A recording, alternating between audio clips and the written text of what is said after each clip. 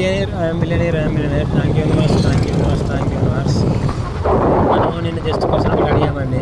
ఒకవేళ దేవుడు ప్రత్యక్షం అయితే ఏం వరం కావాలి అని కోరుకోమనంటే కొంతమంది డబ్బు కావాలి, కొంత ఆరోగ్యం కావాలి, కొంతమంది ఇక ప్రాబ్లమ్స్ ఏం రాకుండా ఉండాలి, అందరు ధనవంతులు కావాలన్నారు.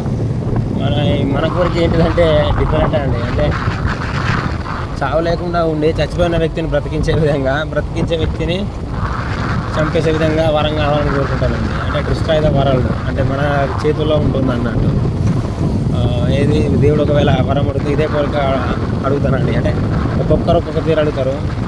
మనమేమో సేమ్ రాక్షసులు అప్పుడు కోరుకున్నారు కదండి, సేమ్ అదే కోరిక అనుకోండి.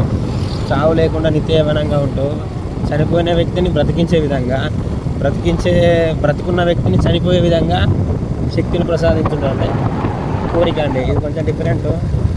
Thank you universe. I'm billionaire.